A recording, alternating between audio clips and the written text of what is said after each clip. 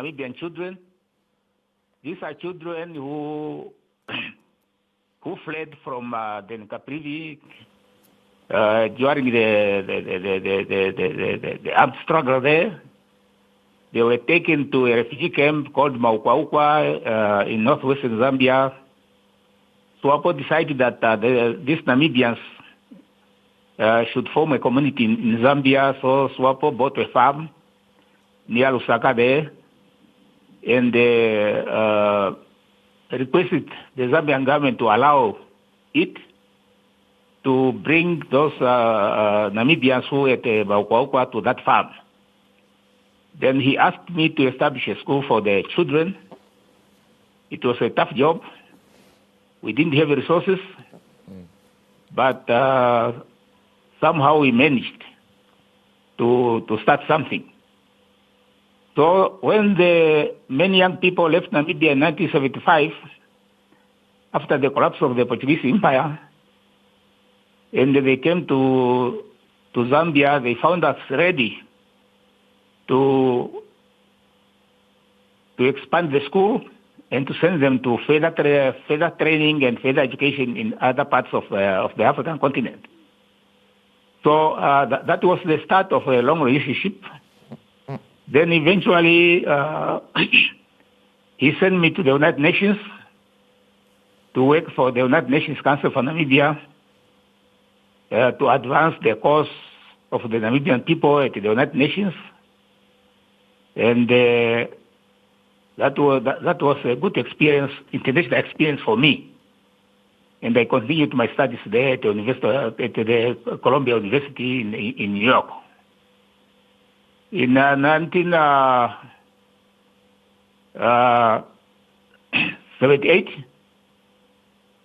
he recalled me from New York and tasked me to expand the education system within SWAPO after the passing of our comrade Linekrea Kalenga. So that was a long relationship, but the most enduring one is after April 1, 1989, when the ceasefire broke down. And Nujoma, myself, Omete Kambala, Ambassador Kambala, we were confined to Kahama town, a town in southern Angola.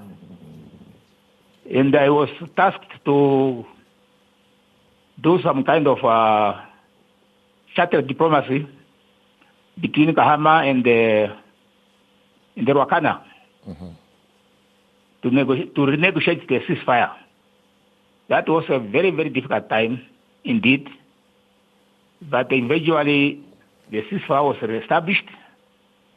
Then we came back to Namibia to campaign for elections.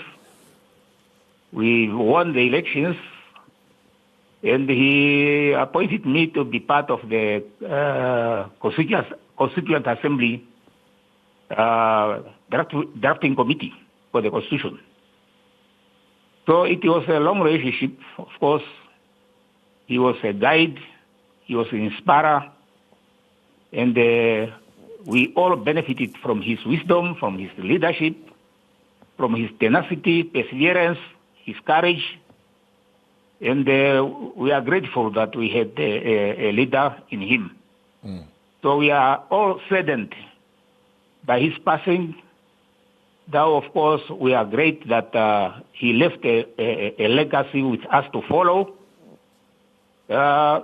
He passed us on the eve when we are supposed to celebrate the founding of our Constitution, the 9th of February, today. And perhaps that is what we can inherit from him. He bequeathed to us the Constitution, a very democratic Constitution, and Namibia should be grateful for that gift of life. Talking about legacy, I think, many will agree that he will be remembered for the founding as well of the Sam Nujoma Foundation. But talk to us about now the philosophy behind the Sam Nujoma Foundation, and also why did he see a need to create this the foundation? The Sam Nujoma Foundation is there to enhance the ideals of Sam Nujoma. Sam Nujoma was a Pan-Africanist, a freedom fighter, a nationalist, and his values and his ideals should resonate with all the young people of today, that out of nowhere you can emerge and become a formidable leader, like what happened to Sam Nujoma. He was just a railway worker, but he understood the need for somebody to dedicate his whole youth, his life, his adult life to the struggle for his people.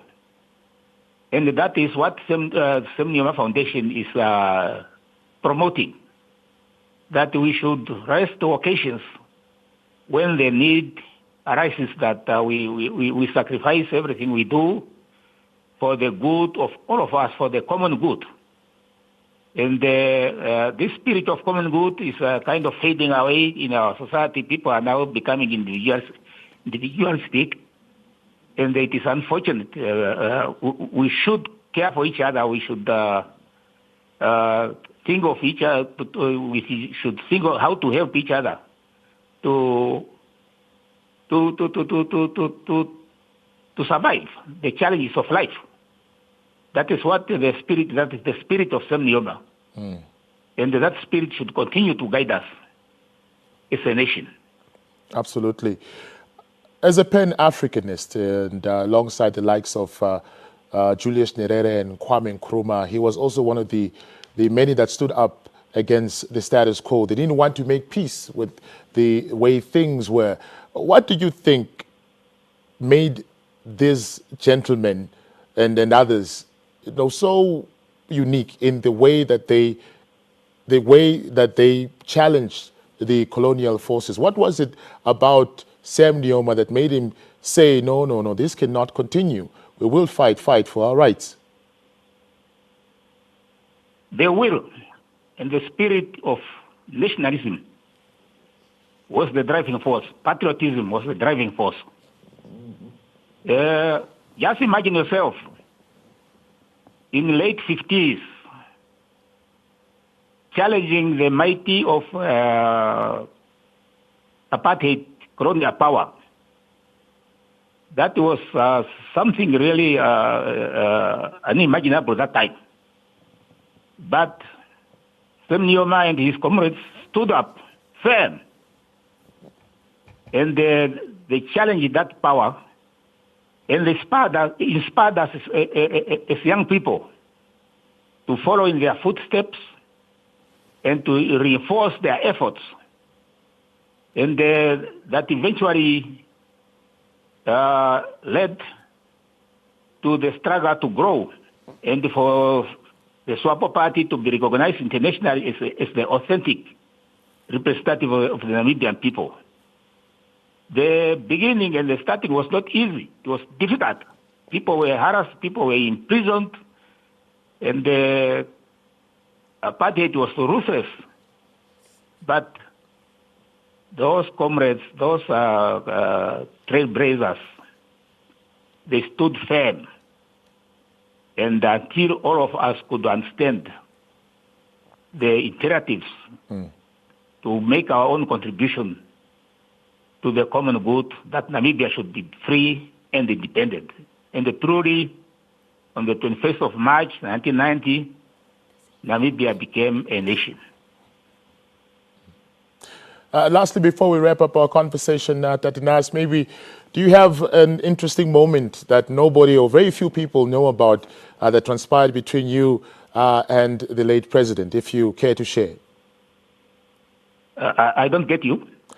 I'm saying, is there a moment that you shared with the founding father that maybe few people do not know about that will always remain with you? Oh, a moment. Oh, there are many moments, but the best moment I can really recall is our time at Kahama, renegotiating the ceasefire. That was a very difficult time. We were there, three of us. Every morning we would wake up and try to strategize what to tell the South Africans. When my team went to Rwanda to renegotiate the ceasefire, it was a very difficult time because the world, even the best of our friends, were against us because they thought that we are the one who broke the ceasefire. And of course, we were so isolated as a SWAPO and even by our comrades in Africa and elsewhere. But we were there. We formed some kind of a comrade family that we should work hard to make sure that the ceasefire is reestablished. Dr. Nahas, thank you so much for your time and also sharing those personal memories that you had with the late My founder. condolences and my sympathy to the nation of Namibia. Let us stand together. Let us prepare to lay our hero to rest in peace, in solidarity, and in calmness. Thank you. Thank you so much. Thank you. That was Dr. Nahas Angula, also known as Citizen Nahas, sharing his thoughts around the death of the former president. Also, some personal moments that they also had. Now,